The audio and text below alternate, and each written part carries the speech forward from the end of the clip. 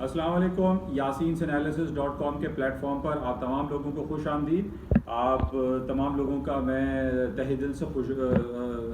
शुक्रगुजार हूँ कि आप तमाम लोग आहिस्ता आहिस्ता धीरे धीरे इस प्लेटफॉर्म पर आ रहे हैं और न सिर्फ इसमें यूट्यूब क्लिप जो NI ऑन मार्केट के हवाले से आप तमाम लोगों को पिछले 2 साल से ये सर्विसेज प्रोवाइड की जाती रही और अभी भी जो है सिलसिला कंटिन्यू है। इस हवाले से मैं शुक्रगुजार हूँ कि आप लोग सब्सक्राइब कर रहे हैं और इस प्लेटफॉर्म पर आ रहे हैं, क्योंकि इसमें सिर्फ ये यूट्यूब क्लिप ही मौजूद नहीं है बल्कि इसमें डेली बेसिस पे और हर 1-2 घंटे पे जो भी इंपॉर्टेंट इवेंट पूरी दुनिया की मार्केट के हवाले से जो खबरें रहती हैं वो इस पे फ़ौरन शेयर की जाती हैं और मेरी हतमुल इम्कान कोशिश है कि इसको और मज़ीद बेहतर किया जा सके और इसमें तमाम ट्रेडिंग एनालिसिस, ट्रेडिंग जो रिकमेंडेशंस हैं और जो मुख्तलिफ खबरें होती हैं जिनकी बेसिस पे पूरी दुनिया की स्टॉक मार्केट, पाकिस्तान की स्टॉक मार्केटें रद्द बदल का शिकार रहती हैं, उतार चढ़ाव का सामना करती हैं और उसके अंदर तेज़ी मंदी भी हम देखते हैं। तो इस हवाले से इस प्लेटफॉर्म पर आप लोगों का आना, मैं आप लोगों का तमाम लोगों का एक तहे दिल से शुक्रगुजार हूँ। कल हमारे पास बड़ा इंपॉर्टेंट इवेंट था जो कि कल भी मैंने आपसे जिक्र किया था कि अमेरिका की इंटरेस्ट रेट के हवाले से federal open market committee fed की मीटिंग है और उसमें अमेरिका अपने इंटरेस्ट रेट के हवाले से अनाउंसमेंट करेगा। हम ये जानते हैं कि पिछले 2 साल से तकरीबन 2 साल से अमेरिका ने अपना इंटरेस्ट रेट 0 दर्जात पर 0% पे रखा हुआ है और कल ये उम्मीद की जा रही थी कि माइट पॉसिबल अमेरिका अपने इंटरेस्ट रेट को बढ़ाने के हवाले से या उसमें किसी भी किस्म की तब्दीली के हवाले से या क्वांटिटेटिव ईजिंग के हवाले से कोई बयान दे दे। तो बहरहाल बड़ी लोगों की नजरें थी। कल रात 11 बजे इसकी अनाउंसमेंट हुई और उसमें अमेरिका ने अपना इंटरेस्ट रेट 0 से लेकर 25 बेसिस पॉइंट तक इंटैक्ट रखा, अनचेंज रखा, उसमें कोई तब्दीली नहीं लाए। लेकिन पिछले 15-20 दिनों से जो आपसे मुलाकात रही और उसमें ये मैं आपको बताता रहा कि जिस तरीके से अमेरिका में जो इफराते ज़र की शरह में इजाफा होता चला जा रहा है, यानी वहाँ पे इन्फ्लेशन रेट बहुत तेज़ी से बढ़ता चला जा रहा है, उनका consumer price index, producer price index, PPI, CPI में बड़ी तेज़ी से इजाफा हो रहा है। इन बेसिस पे ये बात सामने आ रही थी कि जनाब अमेरिका जल्द अज जल्द सूनर दैन लेटर अपना इंटरेस्ट रेट जो है वो बढ़ा दे। लेकिन कल हमने ये देखा कि अनाउंसमेंट जो हुई उसमें अनचेंज छोड़ा गया, लेकिन इस बात का जिक्र बहुत ज़्यादा किया गया है कि जनाब अमेरिका में इन्फ्लेशन बहुत बढ़ गया है, अमेरिका में इफरात ज़र की जो ज़्यादती है उसकी वजह से अमेरिका इसको कंट्रोल करने के लिए अपना शरह सूद में इजाफा करेगा, जो कि पिछले 2 साल तकरीबन आप समझ लीजिए कि 2019 या ट्रंप के दौरे हुकूमत में जो इंटरेस्ट रेट गिराने का दौर शुरू हुआ था वो थमा 0 से लेकर 25 बेसिस पॉइंट तक। लेकिन जब ट्रंप का दौर था उसमें हमारे सामने ये बातें भी सामने आती रही कि जनाब ट्रंप साहब ये चाहते हैं कि फेडरल रिजर्व बैंक के ऊपर वो डिक्टेट करें और उनको ये कहें कि अमेरिका अपना इंटरेस्ट रेट ना सिर्फ 0% पे लेकर आए बल्कि वो मनफी दर्जात में लेकर आए। बिल्कुल वैसे ही जिस तरीके से हम स्विट्जरलैंड का देख रहे हैं कि पिछले तकरीबन 6 सालों से स्विट्जरलैंड ने अपना शरह सूद मनफी दर्जात में रखा हुआ है और 75 बेसिस पॉइंट उनका नेगेटिव है। तो ये बड़ा इंपॉर्टेंट था और इस बेसिस पे हमने ये देखा, जब हम मवाजना करते हैं दोनों की इकोनॉमिक कंडीशन का, हम देखते हैं कि स्विट्जरलैंड के जो माली हालात हैं, स्विट्जरलैंड की जो इकोनॉमिक सिचुएशन है वो कंपैरेटिवली अमेरिका से बहुत अच्छी है। इस बेसिस पे ये कहा जाता रहा कि जनाब जिस तरीके से यूरोपियन सेंट्रल बैंक का डिपॉजिट फैसिलिटी रेट जो है वो 50 बेसिस पॉइंट नेगेटिव चल रहा है, इसी तरह अमेरिका भी अपना इंटरेस्ट रेट मनफी दर्जात में ले जाए, लेकिन ऐसा नहीं हुआ। लेकिन बहरहाल कल हमारे पास जो रिपोर्ट आई उसमें यह कहा गया कि पहले ये कहते रहे कि जनाब 2025 2024 से पहले अमेरिका अपना इंटरेस्ट रेट नहीं बढ़ाएगा, लेकिन कल की जो नोटिंग आई, कल के जो कमेंट्स आए, कल का जो अनाउंसमेंट आया उसमें यह कहा गया कि अमेरिका अपना इंटरेस्ट रेट अब जल्द बढ़ाएगा। जरूरी नहीं है कि वो 2024 तक इंतजार करे बल्कि वो 2022 2023 में भी अपने इंटरेस्ट रेट को बढ़ा सकता है। अच्छा, इस कमेंट्स के आने के बाद हमने ये देखा कि अमेरिका की स्टॉक मार्केट है, गोल्ड, सिल्वर, करेंसीज, हर आइटम जो है वो डाउनफॉल का शिकार हो गया और वो निचली सतहों पर चलना शुरू हो गए। तो बहरहाल इस बेसिस पे हमने ये देखा कि इसको जब हमने मवाजना किया कि why these all are happening, तो हम ये देखते हैं कि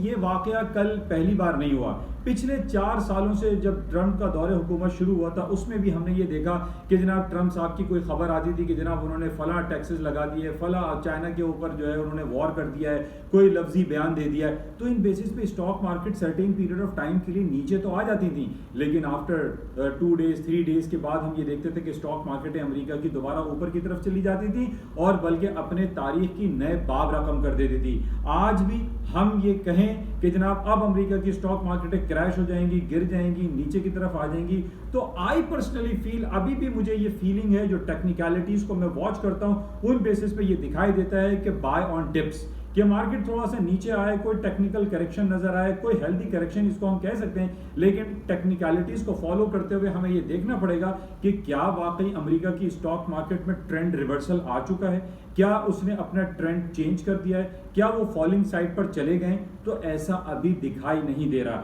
हम ये कह सकते हैं कि अभी मार्केट में मजीद इसको गिरने के लिए या ट्रेंड रिवर्सल की तरफ आने के लिए अभी इसको और मजीद थोड़ा सा नीचे गिरना पड़ेगा। उसके सर्टेन लेवल्स हैं, वो मैं गाहे बगाहे इंशाल्लाह आपको इसी प्लेटफॉर्म पर आगाह करता रहूंगा। तो बहरहाल अभी हम उसको ट्रेंड रिवर्सल स्टॉक मार्केट को नहीं कह सकते। दूसरी तरफ हमारे पास गोल्ड एंड सिल्वर की जो रेट्स आज गिरे हैं, मार्केट तकरीबन $1800 पर आउंस के तक आ चुकी है, जो कि कई मल्टी मंथ्स का लो किया है। इसी तरह सिल्वर भी नीचे आया है, लेकिन हम अभी भी ये देख रहे हैं कि मार्केट में जो ड्रेस्टिकली जो फॉल आना चाहिए था वो फॉल नहीं आया। लेकिन बहरहाल इसके असरात मौजूद हैं। अमेरिका ये कह रहा है कि जनाब वो इन्फ्लेशन बढ़ने की वजह से इंटरेस्ट रेट बढ़ा सकता है, अभी बढ़ाया नहीं है। देखिए पॉइंट समझने का ये है कि अमेरिका ने इंटरेस्ट रेट बढ़ाया नहीं है, बल्कि बढ़ाने का इशारा दे रहा है कि जनाब हम बढ़ा देंगे, 2022 में बढ़ा देंगे, 2023 में बढ़ा देंगे। सिर्फ इस पॉइंट पे कि जनाब अब 2024 नहीं बल्कि हम 2023 में बढ़ाएंगे, इस बेसिस पे मार्केट का गिरना, इसको हम गिरना नहीं कह सकते, इसको हम सिर्फ एक हेल्दी करेक्शन कह सकते हैं। बहरहाल इसको मजीद देखेंगे और जो इसका ट्रेंड रिवर्सल के जो लेवल्स हैं वो आपके साथ हम शेयर करेंगे लेटर ऑन। अच्छा, गोल्ड एंड सिल्वर की जो बातें अगर हम करें तो गोल्ड एंड सिल्वर में थोड़ा सा ट्रेंड रिवर्सल दिखाई दे रहा है, लेकिन इसके जो इंपॉर्टेंट लेवल्स हैं यानी 1750 1760 वो लेवल ब्रेक होना बहुत जरूरी है। इसी तरीके से सिल्वर में भी अभी कुछ लेवल्स बाकी हैं जो इसने वो नहीं तोड़े हैं। उन लेवल्स को तोड़ने के बाद हम ये आपको कोशिश करेंगे कि ये बता सकें कि जनाब वाकई में क्या गोल्ड सिल्वर और करेंसीज में भी ट्रेंड रिवर्सल आया है या नहीं आया है। इसको आप कंटिन्यू रखें, सुनते रहिए मेरी इन तमाम बातों को। इंशाल्लाह आपको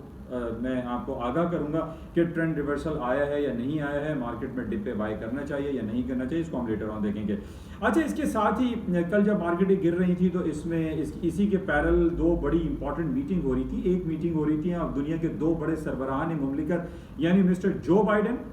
अमेरिका के सदर और रूस के प्रेसिडेंट मिस्टर व्लादिमीर पुतिन की मुलाकात हो रही थी जेनेवा में। और सबसे इंपॉर्टेंट पॉइंट जो कि पिछले 3-4 महीनों से अमेरिका और रूस के दरमियान सिफारती ताल्लुकात ख़त्म हो गए थे, उस तिजारती ताल्लुकात को दोबारा से शुरू करने का इरादा किया गया है। अच्छा, इसके अलावा हम पिछले कई सालों से देख रहे हैं कि अमेरिका और रूस के दरमियान ये तलखियाँ बढ़ती जा रही हैं कि जनाब पॉलिटिकल हैकर्स, कंप्यूटर हैकर्स और जनाब अमेरिका की बड़ी बड़ी कंपनीज को जो है रशियन जो लॉबीज हैं या रशियन पॉलिटिकल हैकर्स हैं या रशियन जो हैकर्स हैं, सॉफ्टवेयर हैकर्स हैं, वो अमेरिका की बहुत सारी कंपनियों की सिस्टम को हैक कर लेती है। रिसेंटली हमने देखा कि कोलोनियल पाइपलाइन को उन्होंने हैक किया। अब ये नहीं कंफर्म हो पा रहा है कि वो रशियन ने हैक किया या चाइना ने हैक किया, लेकिन उसके ऊपर इल्जाम जरूर अमेरिका ने लगाया।